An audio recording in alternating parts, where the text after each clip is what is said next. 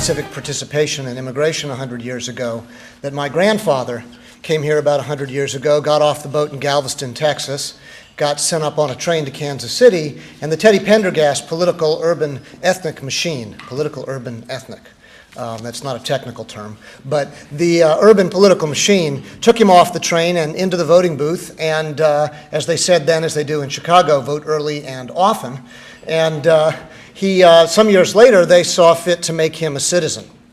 Now, that's not exactly the textbook way that we think about immigration and citizenship in our history. But I think it's a good way of beginning to think about different perspectives on immigration and citizenship. I'm often reminded when I am asked to speak about immigration, not only of that story, but about an old New Yorker cartoon, which shows two pilgrims getting off the boat, and one turns to the other and he says, well, in the short run, I'm here for religious freedom, but in the long run, I'm looking to get into real estate. And I actually think there's something absolutely right about that kind of story, because it suggests that immigration to any country, and particularly to this country, is a combination of high politics and religious fervor, and at the same time very practical interests. It's about aspirations, and it's about self-interest. And I think we ought to bear in mind both those dimensions, because when we try and make it only about one or only about the other, we run the risk of trying to square the circle in a way that just isn't true to our history, to our people, and to our current needs. Now, let me give you an example of that. Today's debate over immigration, as you've been hearing all day, really revolves around three different kinds of issues. The first is the issue of enforcement, border enforcement, and undergirding that is the notion that if the rule of law means anything, you have to enforce the laws you have on the books. There's a second dimension, of course, which is proposals for guest worker policies.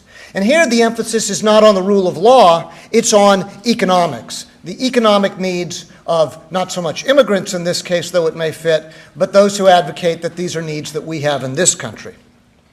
There's a third strand, though, and this is the strand not over enforcement, not over guest workers, but over legalization or amnesty to the estimated 11 or 12 million illegal aliens currently in this country.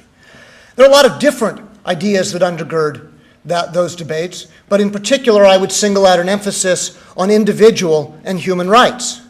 And so you have a complicated story here.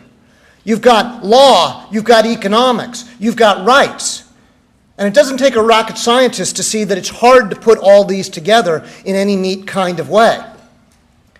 But what I would say to you today is what is most astonishing to me, having watched the immigration debate now for 15 years in this country, what's most astonishing to me is, given all those different perspectives and issues, how much everybody has suddenly agreed. Everyone has agreed that the problem is about illegal immigration. And this is one of these ways of trying to cut the Gordian knot, trying to simplify the story that I think is too easy. It is, as they say, neat, convenient, and wrong. The focus on illegal immigration needs to be broadened. It needs to be broadened just because if you think about the distinction between illegal and legal immigrants, either from the perspectives of those coming or those already here, it gets actually pretty blurry when you look more closely. After all, many illegals arrive here legally and overstay their visas. Families often have legal and illegal immigrants in their very same household. And if illegal immigrants, who put up with a great deal of hardship and difficulty, but if they are so in the shadows, why is it that the labor unions in this country are resurgent based on the work of illegal immigration? You can see that in the Service Workers Union. You can see that across Los Angeles. It's not so easy to separate legal and illegal.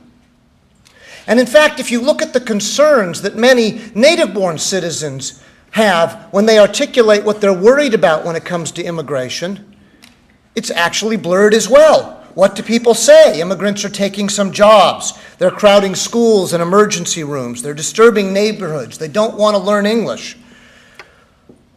That isn't something, those concerns aren't concerns that you can simply split down the middle and say that's only about illegal immigrants. There's a larger story here about immigration. And in fact, I think it's a story that goes beyond legal and illegal. It goes to what immigration has come to represent for many people in this country. And that, I think, is the human face of two broad changes that have been taking place in our lives and our world that have nothing to do with immigration. The first is captured in the Harvard social scientist Robert Putnam's well-known book and research agenda, Bowling Alone. That Americans, he says, used to belong to PTAs and bowling leagues and all kinds of civic society organizations. And today, if we go bowling, we bowl alone. We don't have a lot of time for all those mediating institutions that stand between us and the abstract notion of the government. And for many Americans, quite separate from immigration, they articulate concerns that their community, their sense of community, is fraying around them. And as they articulate these concerns, they also sense something else. And that is that we are losing control increasingly over the forces that govern our lives. Think about this just in economic terms. When economic policy can be set not simply at the local, state, or national level, but increasingly is set by transnational corporations and by global political institutions, I'm thinking here of the European Union, you may think of NAFTA or other efforts in that regard. When communication and transportation is such that it is possible to say we increasingly live in a global network, in a global neighborhood, I think many Americans are increasingly unsure about who is here and about the nature of their community. And if it's possible, as it increasingly is, to be both here and there, to have a bank account in Bonn and a business in Tuscany. Actually, you should do it the other way around, probably. Or to live, as many legal and illegal immigrants do, in a kind of transnational network where they come and go and where they stay connected through the internet and cell phones back home in a way that wasn't possible 100 years ago. What all this means to a lot of Americans, I think, is if you're here and there, will it increasingly mean that you are neither here nor there? And immigration, as I say, has become the human face of this phenomenon of transience and a loss of control and bowling alone in the fraying of our community. Many Americans, I submit to you, and many immigrants as well, have become increasingly confused about what the bargain is. You go into any community, any society, any club, any university, any country, and you know that there are rules for belonging. Sometimes they're written down, sometimes they're not. There are expectations that are set.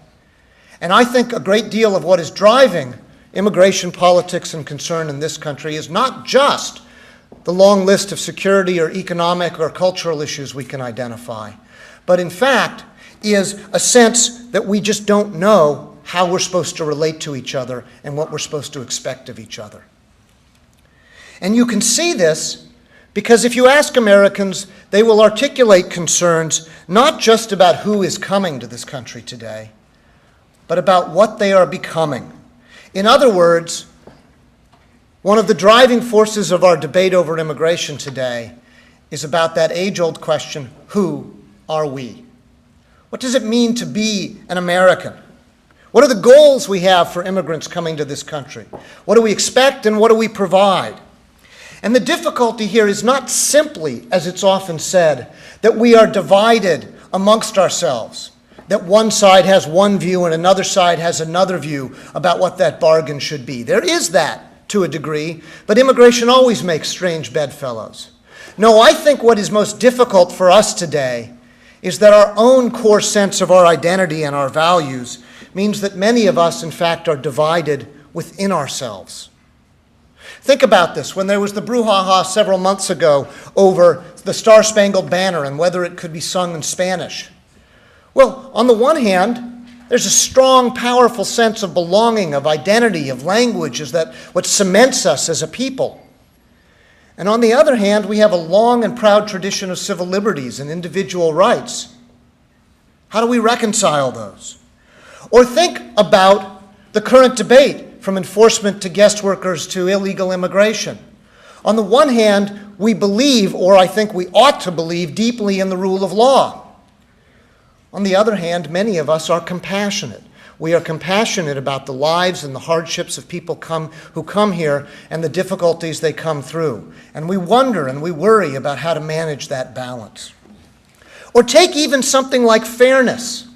Right? This should be easy. Let's just have a fair policy. Well, the dilemma there is fairness toward whom? Right? Toward immigrants? Toward citizens? How about to immigrants who are patiently waiting in line? Fairness toward whom?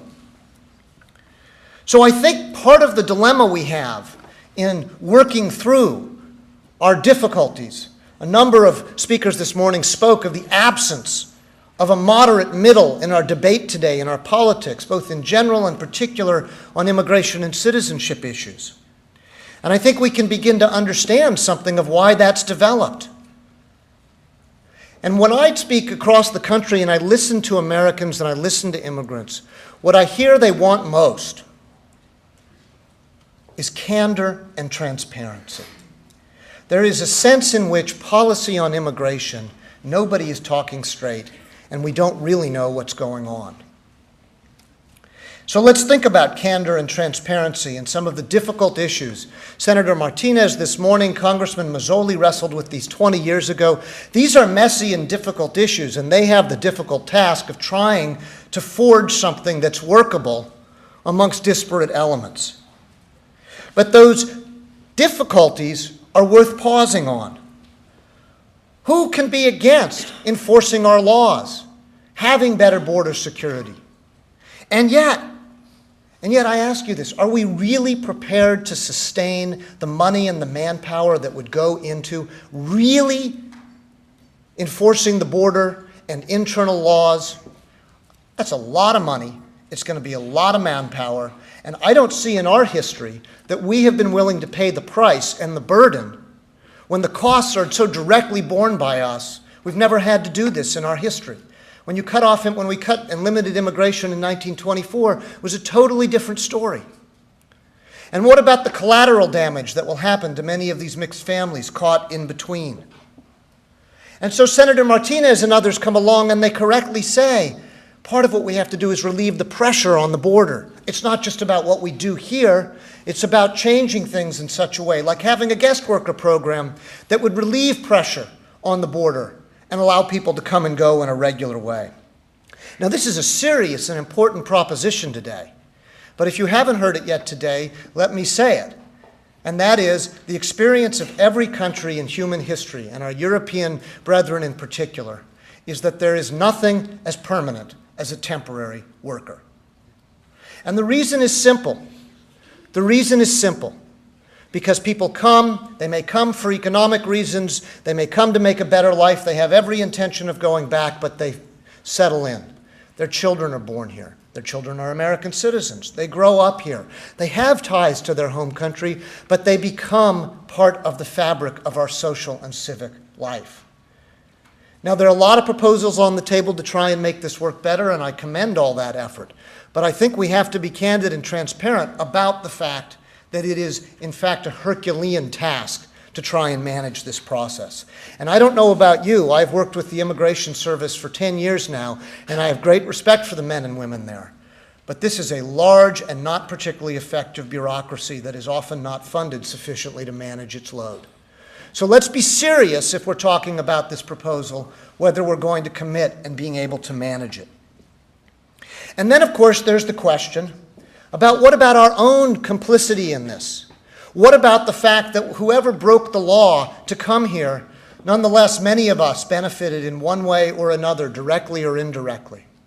You know, if you go out with Border Patrol agents, they will tell you something very strange. They will tell you that if it was them on the other side of the border, they would be doing exactly the same thing. Now, think about that. If you went to a police officer in a major urban center or anywhere in this country and said, well, what do you think about drug dealers? Do you think they would say, oh, if I was in their situation, I'd do the same thing? No.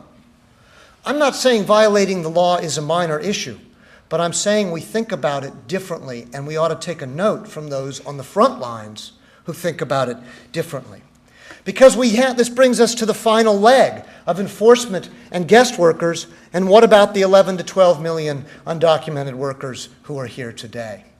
And here, of course, the proposal is for some form of legalization, some kind of amnesty in one way or another.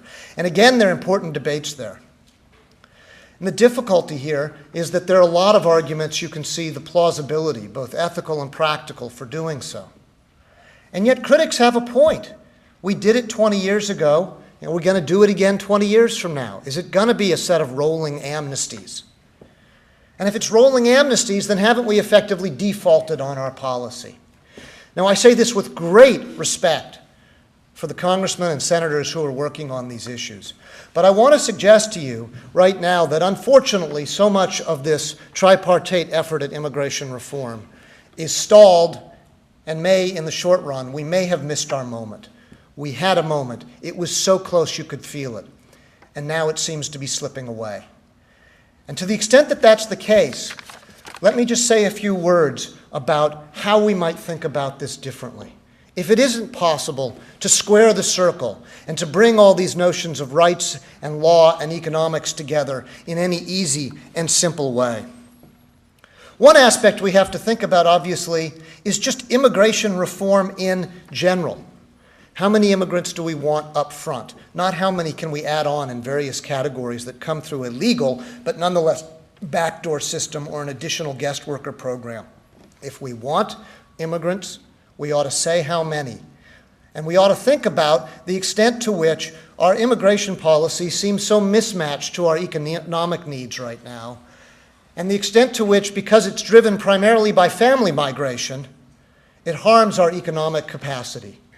And it would be worth thinking, as Barbara Jordan has recommended and others, that we consider ways in which we diversify the family basis, the economic basis, and the refugee basis, as in fact our neighbor Canada does, to think about the kind of immigrants we would want who would come in a way that honored all of our goals and needs.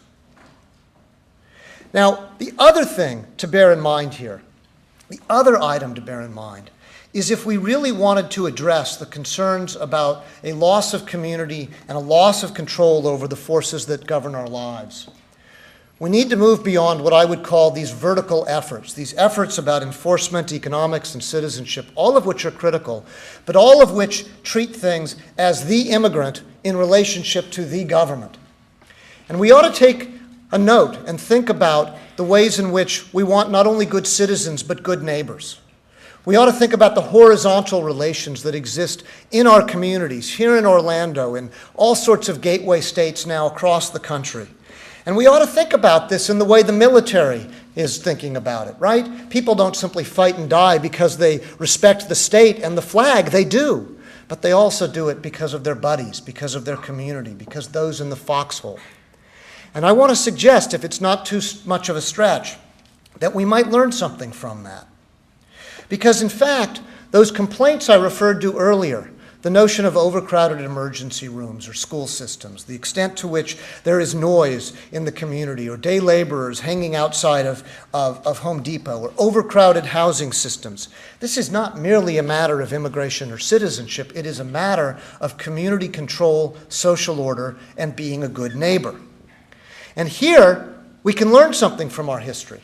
Because in the 19-teens and 20s, in the progressive era, when we last faced this question, there was a group of militantly moderate political leaders who stepped up and who we so lack today, who stepped up and said, as Teddy Roosevelt did and as Jane Addams said in the settlement houses in Chicago, who said, look, we cannot have a policy just of people coming in and letting them alone. If they don't know justice, if they don't have their rights respected, how do we expect them to want to become one of us and uphold our values? And at the same time, we have to expect things of them. We have to expect certain behavioral standings, and we have to find ways to expect more of immigrants and to invest more to invest more in immigrants and to expect more of them. And I think what this means, if you think about it, is a parallel somewhat to welfare reform under Clinton and Gingrich. We need to focus on those behaviors in our communities, both of immigrants and of citizens, that would reduce the extreme heat around immigration policy and leave room for the senators and congressmen and others to actually maneuver toward policies that might be difficult but nonetheless necessary. And if we think about this here, we think about what do we want of immigrants? We want them to settle down, to invest in their schools, to be part of neighborhoods, to take care of their children's health, to respect the law, to pay taxes, to learn English, to take out, when appropriate and on that trajectory, citizenship. And why not match that with a set of, if those are the expectations, of investments? A balance, if you want driver's licenses or in-state tuition or better health care or job training and housing. Make these rights and responsibilities that are balanced against each other, rather than the wild swings in policies that we have right now, where one day it's no day laborer centers anywhere, deport everyone. The next day it's we need to have policies for illegal immigrants right here in the community that don't do anything except provide services. We need to link services and expectations and obligations. And if we do this, while the federal policymakers struggle with what they must, we will deal with the things that are mattering most to us and to immigrants in our own shared communities. This will be harder because, in fact, it is the work of nation building. It is the work of Teddy Roosevelt and Jane Addams. It is the work of Barbara Jordan and the Americanization Commission of 10 years ago. It is a great and noble aspiration, but it will pay off because it will actually lead to a greater social bond and lower the heat around our national politics.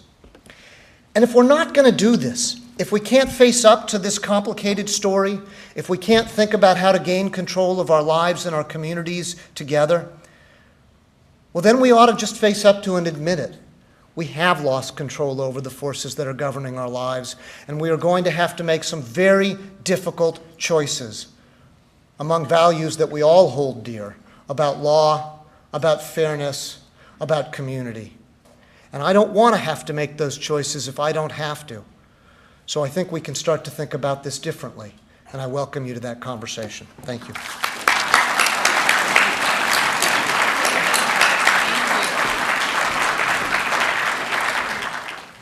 I'm just a practicing lawyer. I'm the fella who sits in my office and listens to the immigrants who are seeking to resolve their problems, who listens to the employers who employ those immigrants and who want to abide by the law. And they bring me their problems and ask me to provide them answers. And as Noah has just described, many times I'm unable to do that. Because what a lawyer wants to be able to tell his client is what the client can expect in the future. If you're in a trial, you want to be able to tell the client what the jury is going to decide, or what you think the jury is going to decide, and how the judge is going to rule. But the environment in which we find ourselves with the immigration laws today is one which is very, very cloudy. And the issue is very divisive. I think what we need to do at this stage is to take a look at where we are as a country, determine what is driving this issue, determine what is the profile of the immigrant today, and how we resolve this issue in a way that it can not only be good for America, but good for our relationship with the other countries with which we have trade, particularly Mexico. Recently, I had the good fortune, and many of you all have also, to read Tom Friedman's book, The World is Flat. And I would like to first just share some of his thoughts from that book about where we are globally. Because I don't think there's any question, after you've heard the speakers this morning, that economics is one of the major characteristics which is driving this issue. So let's listen to a little bit of Tom Friedman when he tries to describe where America is in the global economy. As you all are probably aware, not since the Roman Empire has any nation sustained its position as a superpower longer than the United States. Now, what is interesting is that in the time that we have been the superpower, we have changed our economy drastically from an agrarian economy to an industrial economy. In the late 19th century, hardly anyone went past 14 years of age in education because it was their requirement to go back and work on the farm. But as we moved to an industrial society, it was necessary for those children to continue their education in order to compete in that society. History tells us that we are not guaranteed to always sustain this superpower position. In the 1600s, the Spanish extended their political influence around the world. The 1700s belonged to the Dutch. The British were dominant in the 1800s. The United States became the preeminent world power in the 1900s, a title which it retains today. None of us will ever forget September 11th. The vision and memory of those planes crashing into the World Trade Center, the Pentagon, have changed the way we think about the world. But how many know what occurred on November 9th, 1989? The day the Berlin Wall fell. Perhaps economically, that date is more important to America than September 11th. Because what happened on November 9th, 1989, is all of the countries of the Eastern Bloc became a part of the globalization of the global economy.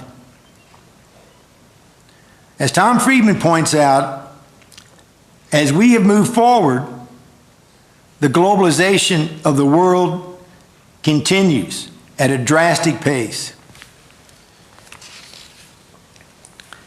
Every year, more U.S. corporations move at least part of their business overseas to India and places like it. As the skill level of overseas workers continues to increase, more jobs that are considered high skill, high wage, high prestige in the United States will go abroad as well. Outsourcing of the processing of federal income taxes, the taxes that we all file, moved to India at such a rapid pace that in 2005, it is expected that 400,000 U.S. corporate tax returns will be prepared in India rather than in the United States.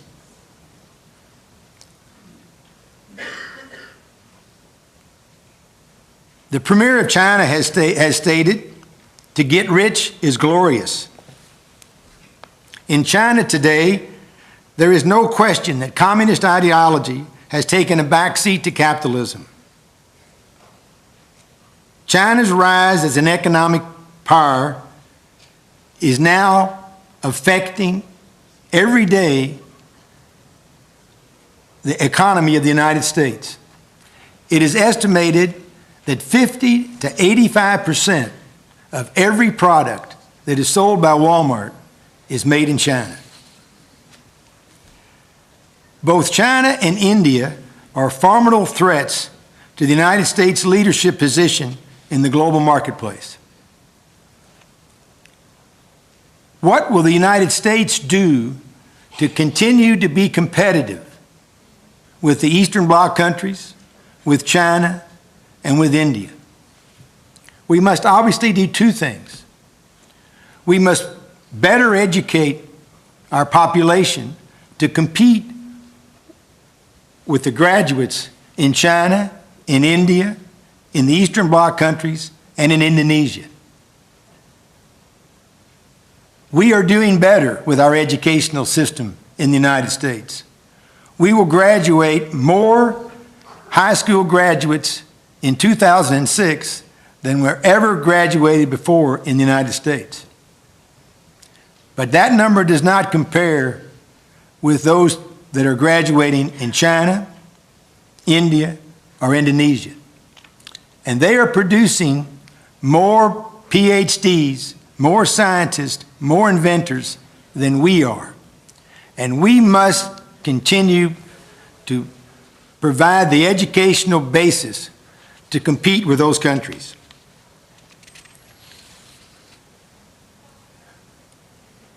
We remain unsurpassed in research and development, but that will change over time if we cannot recruit, educate, and keep talent within our borders.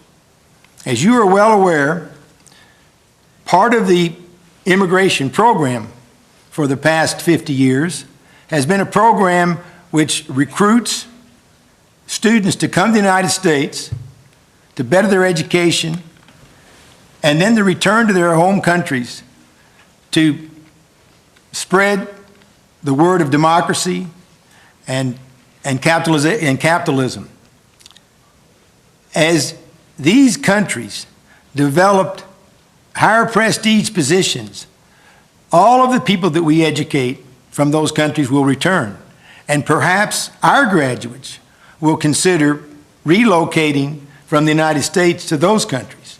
And we're seeing that to some extent already. There is a brain drain that's occurring in the United States. Now, in that global marketplace, where are we with this issue of immigration? These are the economic factors that are affecting the U.S. economy. Perhaps more correctly, threatening the U.S. economy. Another substantial issue is the issue we're here to discuss today, and that's immigration, both legal and illegal. What is the status of our immigration situation today?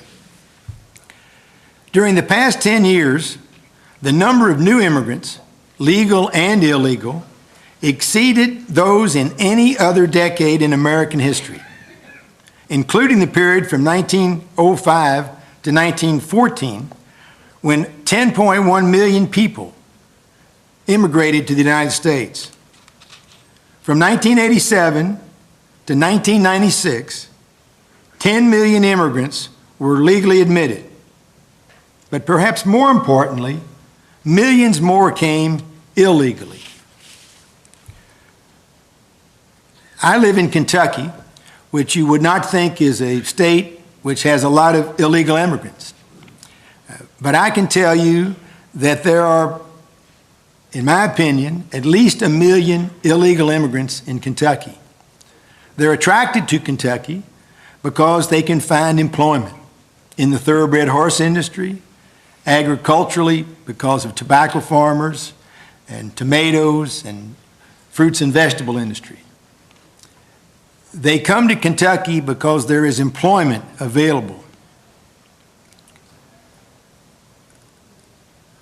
Secondly, the illegal immigrants in the United States are not all Hispanic, not all from Mexico and Central America.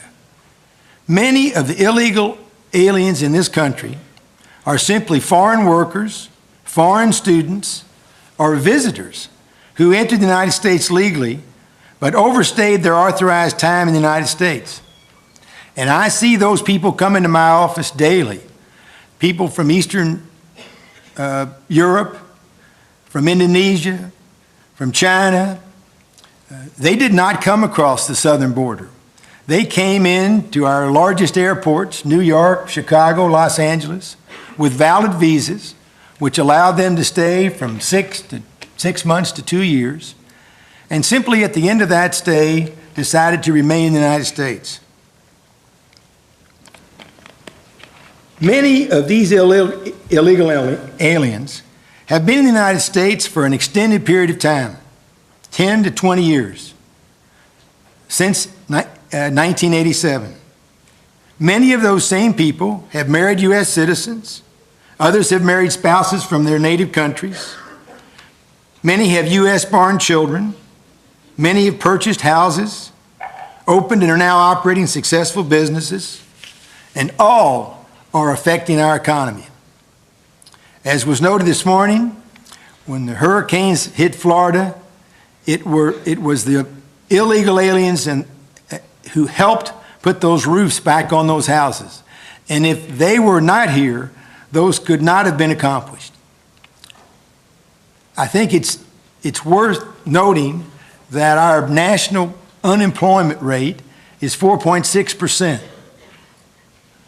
The rate in Florida, and in fact in the other states which have the most illegal aliens, is much lower than that 4.6%.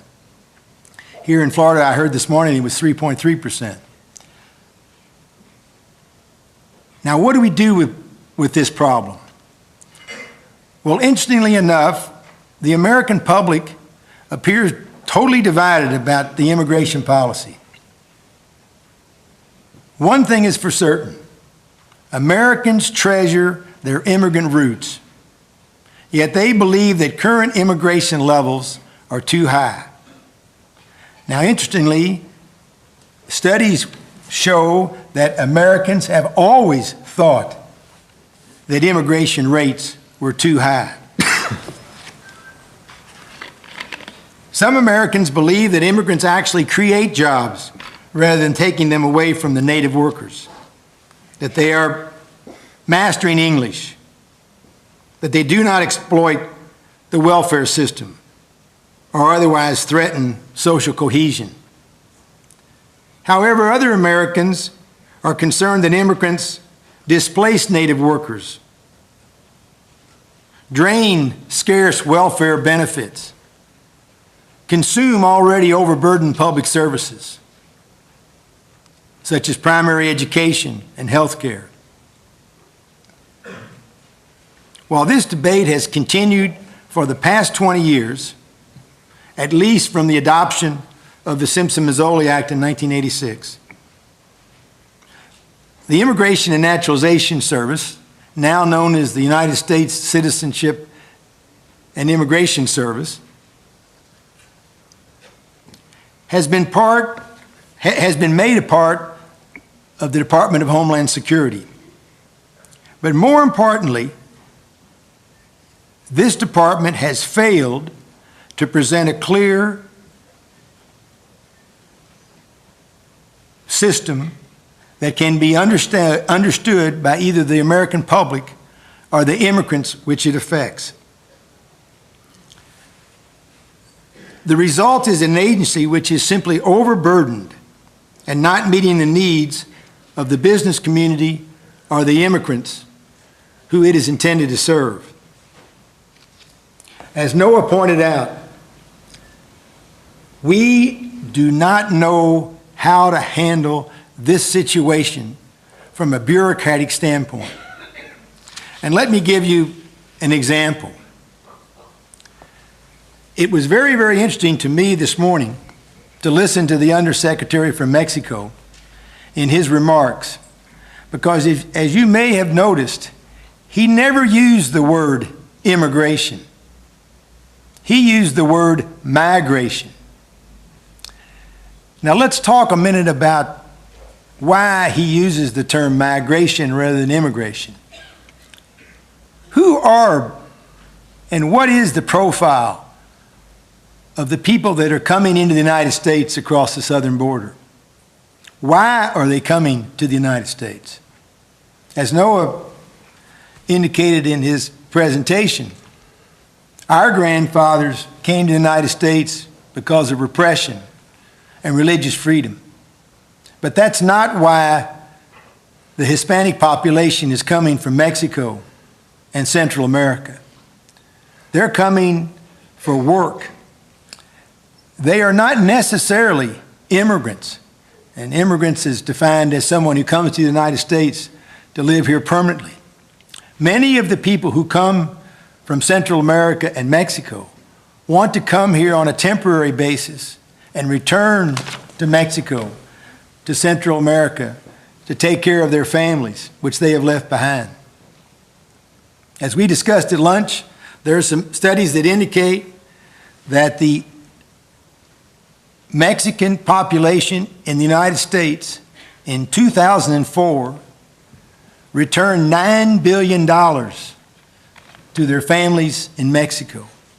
It was the second largest injection of money into the Mexican economy, the first being, of course, oil.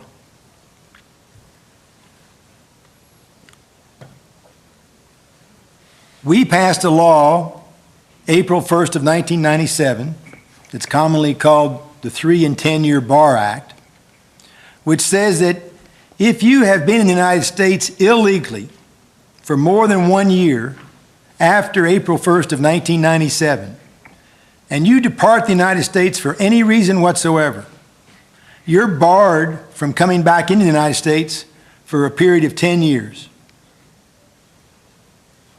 Now, how does that affect someone who's come to the United States from Mexico, who really just wants to come here as a temporary worker for a year or 2 years and return to Mexico?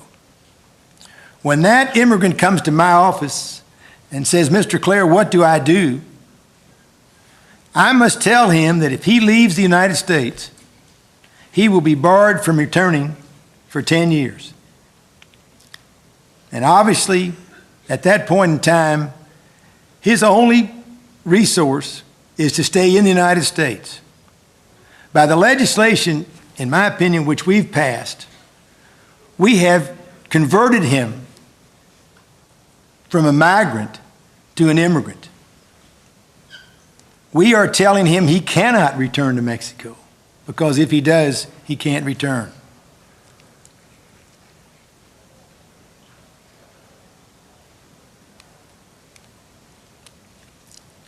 In conclusion, let me say that this is a very divisive issue.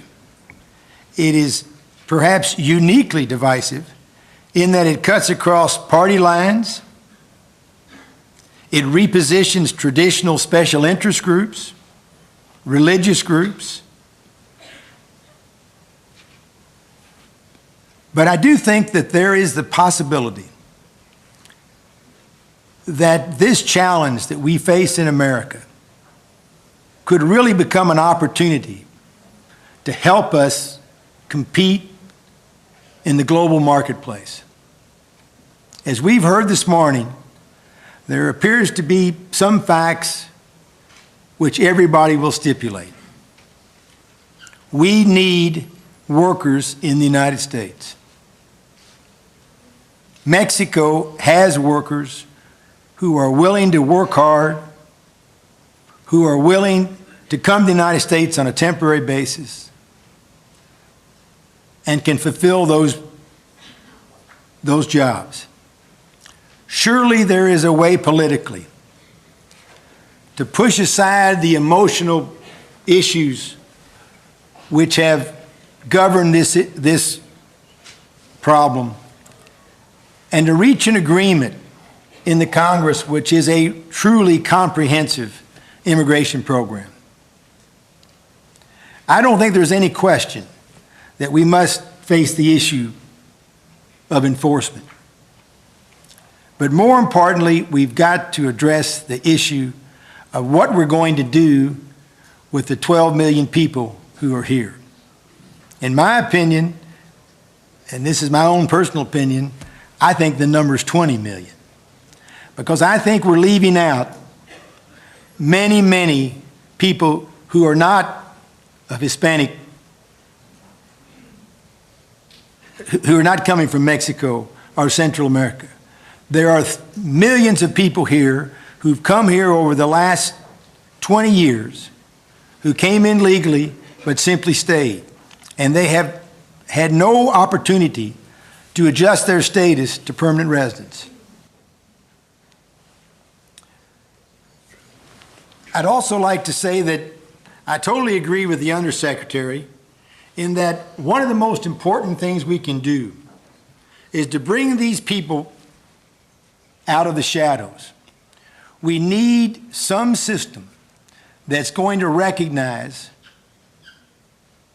where they are, who they are, and to give them the confidence to perform their jobs in an ethical and official manner. There's been great discussion both this morning and across the country about this issue of language and whether or not the immigrants assimilate quickly. I think it is an important factor to remember that when my grandfather came from Ireland, the day he set foot on American soil, he was proud that he was a U.S. citizen. And he wanted everybody to believe that he was an American first and Irish second.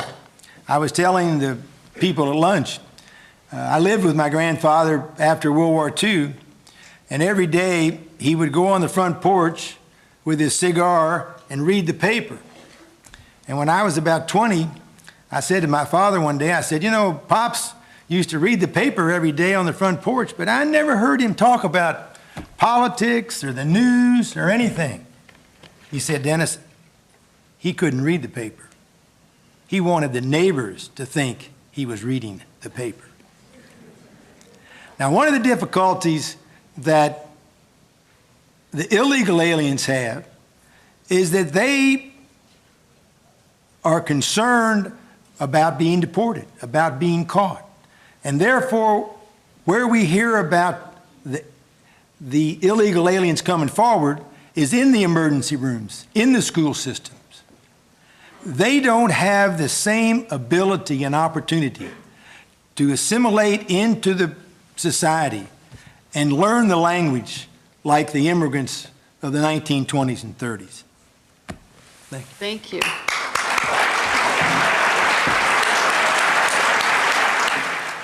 When you say that there are more high school graduates and people obtaining PhDs in India and China, are you saying that in proportion to us, or that there are just more, period? Because if you're not saying that in proportion to us, you have to take into consideration the fact that there are about 3 times the population than in the United States and India and China, correct? Correct. And I'm not saying proportionally. I'm saying greater numbers. But let me give you an example. Intel has a facility in India with 200 PhDs that they pay about $40,000 a year. If they had that same facility in the United States, they'd be paying those same employees $150,000 to $200,000 a year. What is happening in India is they're creating people who can take those jobs on that level that they didn't create before. And that's where the competition's coming from. We are able, because of technology now, to take the work to the worker. That's why the tax return can be done in India through the computer systems, through the internet, that we couldn't do in 1950 and 1960. And if India and China can produce those services and products in their own country, and we can provide them the work, the companies in the United States will do it. You talk about a social contract or a link or expectations. I'm wondering, or could you enlighten us to how that's going to happen when many American citizens don't have those same expectations? We don't put the expectations on American citizens. How do we set the example for the immigrant to become part of the society if many of us that are already American citizens aren't part of it? That's a wonderful question, and I think you state in a sense, the problem and the opportunity at the same time. As I said earlier, I think the issues involving immigrants are a subset of issues we're all wrestling with. And there are difficulties in our own communities in this regard. And so part of what I think we want to do is not make this an either-or proposition in that way.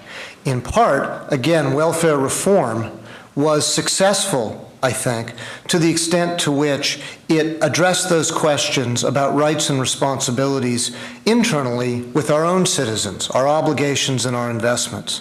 And so I think that's a story to carry forward in many ways. At the same time, one way to do this is to turn things on its head and to think the extent to which we focus on what immigrants need and what they need to provide can be an opening to a revival of the same kinds of issues amongst the rest of us. So rather seeing it only as a drain, and immigration does pose tensions and drains in many ways, but it's an opportunity to reach back to these larger opportunities that we're facing for ourselves. And I think that's part of what happened in the teens and 20s before we closed the immigration doors. We were treating it as a matter of nation building, which wasn't an either-or proposition. Thank you very much. Thank you.